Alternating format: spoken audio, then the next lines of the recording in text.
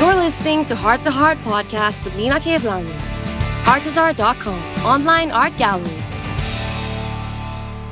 Hey, welcome to the Heart Podcast. I'm your host, Lina Kevlani from Artezaar.com, online art gallery in Dubai. Today, I have a really nice guest. Her name is Kruti Shah, and she is the Senior Marketing Manager at MBC4 and at MBC Bollywood. And she is also the founder and managing partner of Malhaar. Welcome, Kruti. How are you doing today? Hello. Well, I'm doing well and a bit nervous because I've never done a podcast before, but excited. No, you'll be fine. How? Tell us a bit about yourself, Kruti. I mean, other than the fact that we worked together once upon a time, but let's tell our listeners a bit about you. Okay, so if I have to sum up my life, I'm born and raised in Dubai. So a Dubai kid, a bit like you. And then I went back to Bombay to complete my studies because back in the day, we didn't have enough schools or colleges here. And that's where I actually started to discover myself because suddenly Bombay just throws you into the deep end and you just suddenly have to do everything that you never did here. I started to discover and I realized that, I was out and out people's person, which I thought I was an introvert when I was in Dubai. But when I was thrown into the deep end, I became a people's person. I met a lot of people. I started to do a lot of social work in Bombay while I was studying. And I realized my passion for marketing and media. That's where I started to discover something that was brewing inside, but I was not very sure whether this is what I want to do. What really helped me in that journey was my association with Rotaract. Rotaract is like a community, let's say a community initiative, part of the Rotary Foundation. And in India, it's very active because there's a lot that one needs to do for the community there, or there are a lot of opportunities that one can explore. While I was at Rotaract, I discovered how important communication is, how important not only doing the work but also talking about the work is. And from there started my journey of pursuing a career in marketing. I did my MBA in marketing. And in my second year, somewhere I realized that it's not only marketing that is interesting to me, but it's also the media that is. When I graduated, I was very clear that my first job from campus is going to be a media marketing role. And I joined a radio station. Okay. And this was in Bombay. In Bombay, okay. I started as a marketing person, but every week, 10 days, when we would have team meetings, I would tell people that, why is our playlist like this? Why at this time we played a song like that? And I didn't even know I was doing it, but I was also a listener as much of the radio station as I was employee. And one fine day, my boss called me and said that, listen, I really think you have the skill for music. Why don't you do the music manager role? Because the music manager has just quit. Of course, at that point of time, I was like, hey, listen, I have spent all of these years trying to build something and make a career path for myself. How can I do this? I cannot just leave everything and become a music manager. But I was like, no, this is what I really want to do. So it was like a heart versus brain decision. And I said, okay, what is it? It's my first job, so I can take a risk. And I started to do music. And it turned out to be really, really rewarding in the sense that, the number of messages that would come in for the playlists, blah, blah, blah, So it was organic, but it was great fun. Unfortunately, some of the licensing policies of the radio station were such that it had to shut down. Oh. And I was again at crossroads of what do I do? Should I continue in Dubai? In Bombay, or should I go back to Dubai? And then I said, okay, listen, my parents are still here, so let me just come back to Dubai. Okay. That's where my journey with media actually started. I joined Media Edge, where you and me were colleagues. Yeah, now called Wavemaker, guys. Wavemaker. And of course, some of these skills that I thought I had, I almost forgot because how we used to work at... Oh yeah, those days in media, you just worked. Yeah, it was we had 15-hour work days some days and some days 10. And we didn't have weekends practically for all the time. The 5 years that I worked at... we never had weekends. We ate food together. We ate food together, we socialized together. That was our place to party and that was our place to work. Sometimes it was our place to sleep, but hey, but those were the good old days. Yeah, so I mean, it was really rewarding. I mean, looking back, probably the best 5 years of my career, I would still give it to Wavemaker, because it was not only the place, it was also the people. That was amazing. I think we were very blessed, right, with the team that we had. We used to always, we might have a lot of work, but we laughed through it. Absolutely.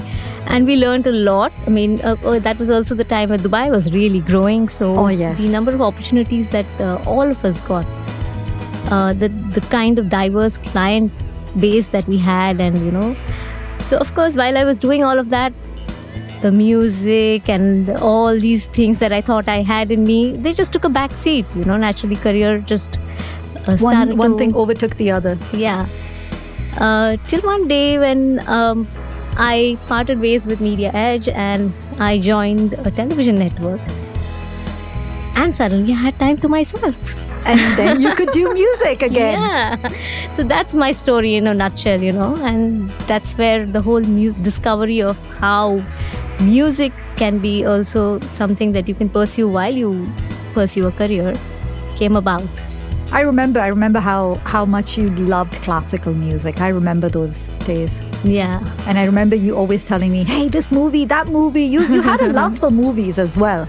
Oh yeah, yes. That you got time off, you went for movies. And I guess landing up in NBC Bollywood was perfect.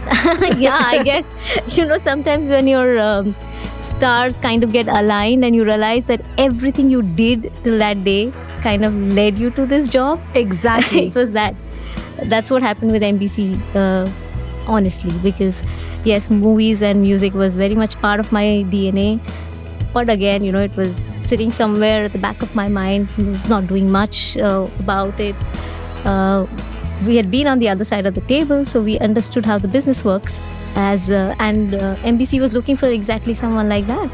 Somebody who understood the culture of Bollywood and the culture of India, but at the same time also had that business hat on.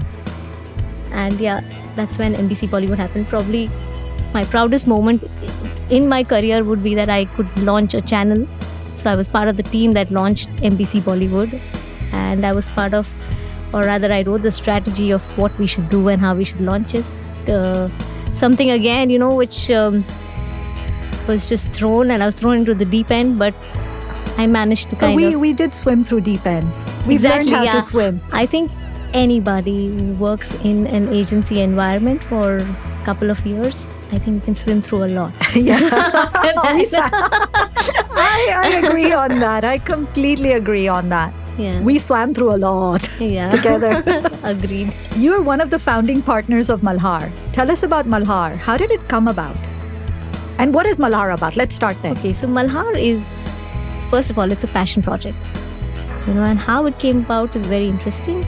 Like I said, I will continue with the same story that I was trying to tell you initially, that, how once I left the agency, I realized that I have time to myself.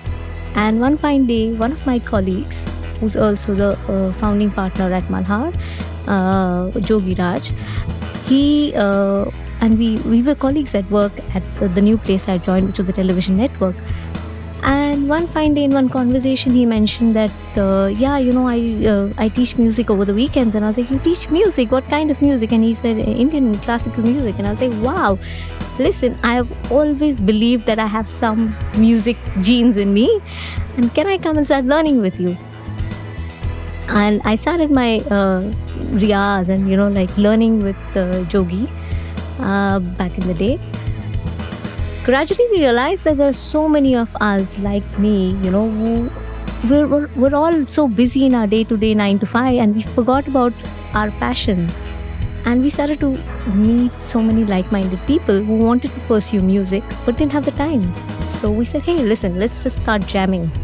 Let's use the weekends to just jam and see where it goes. When we were jamming, we started, suddenly Sufi as a topic really appealed to a lot of us, and we started researching this. We did not have any idea what we're doing and where we're going with this. But we said, okay, so we started to research Sufi poets, their works. Somebody started to compose it. Somebody started to dance on it and say, hey, how will this look if we danced like that? Where whatever was flowing, it was just flowing. And in like 5-6 months of this jamming, we literally had like a show ready, which we could not visualize, but we could see pieces of bits and pieces coming together. Suddenly, this idea just came. What would happen if we just like kind of pooled our resources and booked an auditorium and performed this? And long story short, we actually performed. It was so well received. It was called Ruhesh. And then it became, so once you sent a template, you realize that you can do it. We could like kind of... You get over the fear. You overcome the fear, and you start to find ways to make it happen. We initially thought all of us are pitching in money to do it, but guess what? We managed to get sponsors. And then we realized that we have an audience. So the cost of the show could be taken care of. So we started like that, and then it became a ritual. Every year, audiences were like, where is Malhar's show? We called ourselves Malhar at that time because Malhar is this Indian raga which stands for rain. And we are like, we are the rain in the desert. That's beautiful. Yeah, really beautiful. That was the thought behind calling us Malhar. And then it became like, okay, when is the next Malhar performance? And every year we started to do these stage shows, which became grander and grander and grander. We started with 20 people on stage. Cut to 4-5 years down the line, we had like 60 people on stage. And all of them practiced? Yes, you would not believe, but all of us had our day jobs. And from 6 to 10 in the evening, we would rehearse. And we would rehearse for like 5 months and 6 months, and then finally put everything together. The bits would come together for one big show. Oh yeah. And that's amazing. And then you all pooled your resources, because I know you're there. You all pooled your resources and you kind of created the center now. Yes. So that was like literally the next logical step, in the journey. And it was brewing for a long time. But of course, everybody had this inhibition to like really make the move to do it. Till one day, Jogi said that, hey, let's just do it. We'll find our way out. What's the worst that could happen? Exactly. And literally, that was the thought. Again, I'd say that even Malhaar Centre for Performing Arts is a passion project. I mean, if it's not a business idea and it doesn't need to do X amount of revenue every year, that's really not the objective. The objective is that this is a country where the Indian population and the Indian diaspora is so huge. Why is there no place where the Indian culture, the Indian art, performing art can be taught in its authentic, true way? Form. That's amazing. It's really amazing. It's really nice to see how people come together, how you get over your fear and jump. Yeah, right? absolutely. It is jumping into the deep waters. Yeah, it is. I mean, always, I think this is a life lesson also, that every time you fear something, you've got to do it. Because the minute you do it, you realize that, there was nothing. What am I fearing? Yeah, there was nothing to fear in this. Yeah, I was telling you, right, when we launched Artezaar as well, it was the same thing. It's a passion project. And that's probably why you wake up every morning with that passion. You could have a full-time job, not have a job, but to create art or to create music, to be part of that, to have that creativity, some form of creativity flowing through you, it balances us out. Absolutely, because today if you walk into Malhar, there's somebody singing, there's somebody playing an instrument, there is somebody dancing, and it is the most positive thing. I call Malhar my happy place only for this, because there is no individual who can walk into Malhar and not feel happy. Because this is like art in its truest, purest form. And we try to keep it as unadulterated as we can. I mean, that's the ethos of the organization, and that's... Keep it as authentic as we can. Yeah. Beautiful. Really nice. And what type of courses does Malhar offer? So Malhar is literally, we're trying to make it the home of Indian performing arts. Okay. So we do vocal courses, which is Hindustani classical and Carnatic music. We do all Indian instruments from tabla to harmonium to violin, but the Indian classical art form of violin. We do dance forms like Kathak and Bharatnatyam, Odissi. So we offer all of these courses. That's amazing. And I know a lot of people are inspired by arts and music, because I get this a lot. You know, hey, I wish I could paint like you. I'm sure you get people like, I wish I could sing. I wish I could dance. But I don't think I can. What would you say? Well, you'll be surprised, Leena. I mean, it's, again, there are two sides to any performing art or any art. You need the artist and you need an audience. So for me, you may say you don't know how to sing or you don't have a voice. I may say that for myself as well. I've trained for 3-4 years. But what it gave me is that I started to appreciate the art more. When I walk by, even on the street of Europe, and I see an artist performing, I have so much more appreciation for the art. Do you stand and watch them? Because yes, I do. I literally stand behind the artist and I watch him paint. I always do. I hate it when, even at Malhaar sometimes, we are invited to perform at some places and our artists are performing and people are eating, chit-chatting. This culture will only change when you have artists and audiences both trained in appreciating art. Because the art will not exist if you don't have the audience to appreciate it. True. And I also think whether it's art or painting or music or some kind of creativity, I always believe each individual has it. Because we are born with both sides of the brain. Oh yeah. I mean, and also, like, if you look at Hindustani classical music, it is just like yoga.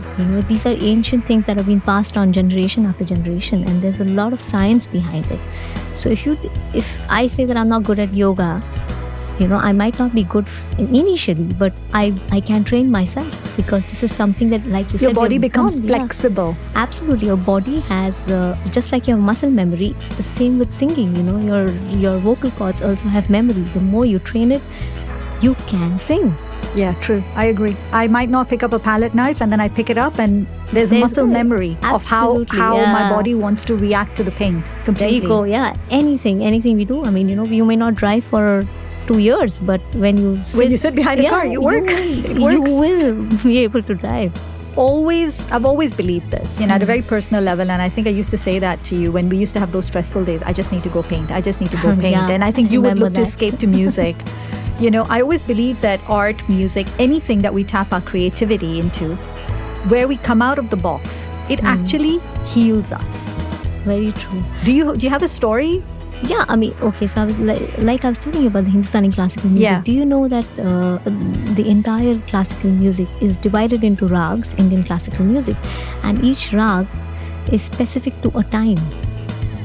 So, for example, Ahir Bhairav is a rag that you would sing early morning at sunrise. Now guess what? It is so scientific that today if you look at the morning azan, it is actually composed in Ahir Bhairav. Or if you look at Ekonkar, that is a Ahir Bhairav composition.